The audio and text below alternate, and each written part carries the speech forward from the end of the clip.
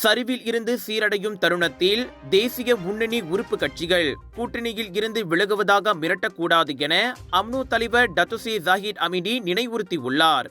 இந்த இக்கட்டான காலத்தில் தனது பங்காளிகளான மாசிசா, மாய்கா மற்றும் பிபிஆர்எஸ் கட்சிகளை அம்னோ ஒருபோதும் புறக்கணிக்காது. மாறாக அவர்களை வலுப்படுத்த தொடர்ந்து கை கொடுக்கும் என தேசிய முன்னணி தலைவருமான அவர் கூறினார்.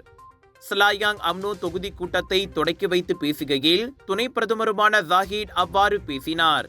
எனினும் எந்த உறுப்பு கட்சி அவ்வாறு மிரட்டியதாக ஜாஹிட் தெரிவிக்கவில்லை.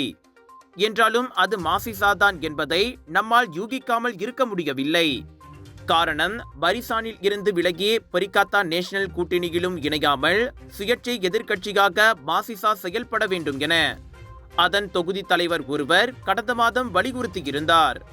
அது குறித்து கருத்துரைத்த மாசிசா தலைவர் டத்தோஸ்ரீ டாக்டர் விகா சியாங் கூட அக்கட்சி தேசிய முன்னணியில் நீடிக்குமா இல்லையா என்பது ஆண்டு பொதுப்பேரவையில் முடிவு செய்யப்படும் என கூறியிருந்தார்.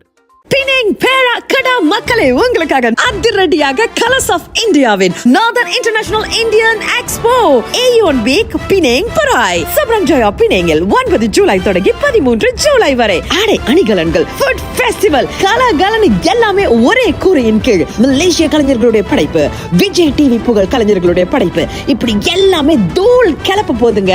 80% கழிவும் காத்துக்கிட்டு இருக்கு. Big sale, big discount. Aeon week Penang பராய்.